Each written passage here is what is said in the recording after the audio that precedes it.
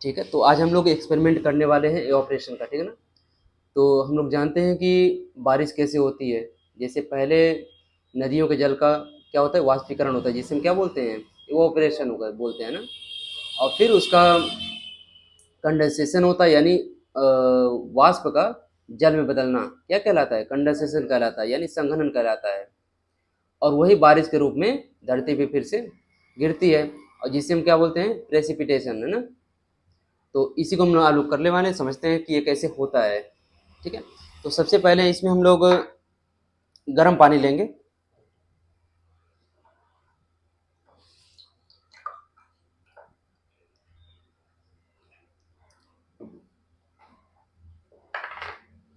ठीक है, और इसके ऊपर हम इसे रख देंगे और इंतजार करेंगे कि इसका कंडेंसेशन हो।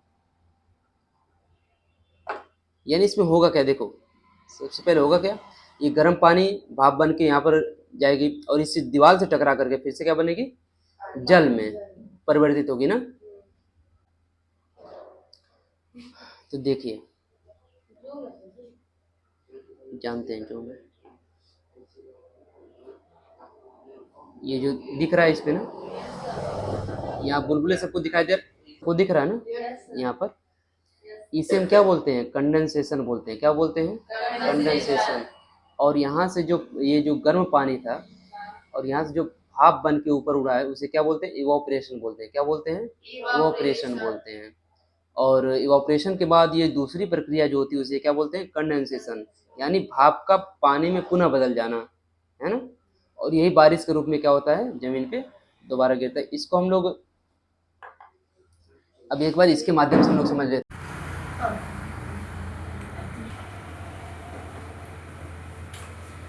तो इस एक्सपेरिमेंट को हम लोग इस डायग्राम के माध्यम से समझते हैं ना।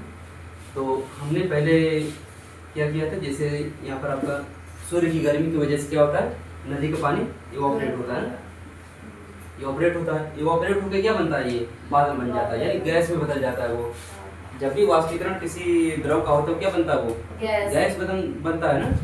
और गैस के बाद अब ये जो बादल ऊपर जाता है, ऊपर का तापमान बहुत कम होता है। जैसे कि हमने इसके ऊपर बर्फ रखा था, यानी तापमान उसको डाउन कर दिया था हमने, ठीक है ना। जैसे ही यहाँ पर वाष्पीकरण होता है जल का धरती से, तो ऊपर जाके क्या हो जाता है, वो कंडेंस हो जाता है, मतलब कि गैस में बदल जाता है ना।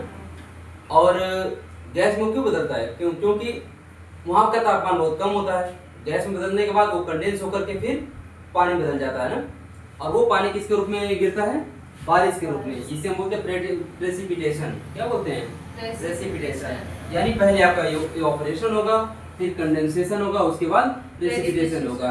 यानी पहले आपका लिक्विड होगा, लिक्विड से किसमें बदलेगा, गैस में, गैस से दोबारा किसमें बदल जाएगा, लिक्विड में, ठीक है। और यही हमने एक्सपेरिमेंट में समझाया है, ठीक। और यहाँ से लिक्विड से जो गैस बदल रहा है इसे क्या बोलते हैं, इवापोरेशन बोलते हैं। क्या बोलते हैं, इवापोरेशन बोलते हैं। इसे हम क्या बोलते हैं, इवापोरेशन। और गैस से जब लिक्विड में चेंज हो रहा है इसे क्या बोलते हैं, कंडेंसेशन। क्या बोलते हैं, कंडेंसेशन। और यही हमने आज के एक्सपेरिमेंट में समझा है।